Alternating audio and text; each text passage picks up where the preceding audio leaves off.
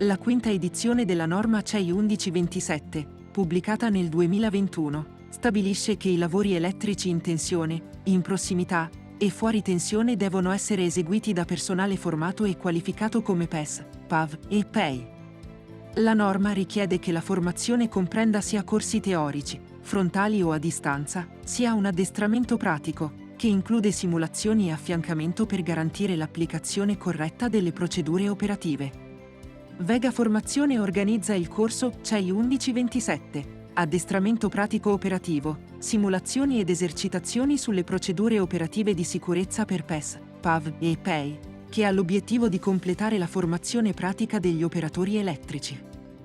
Questo corso offre al datore di lavoro un ulteriore strumento per valutare l'idoneità del personale addetto ai lavori elettrici, garantendo il rispetto delle procedure operative della norma. Il corso, della durata di 4 ore, è destinato ai lavoratori coinvolti nell'installazione e manutenzione di impianti elettrici, sia fuori tensione sia sotto tensione, su impianti fino a 1000 volt in corrente alternata e 1500 volt in corrente continua.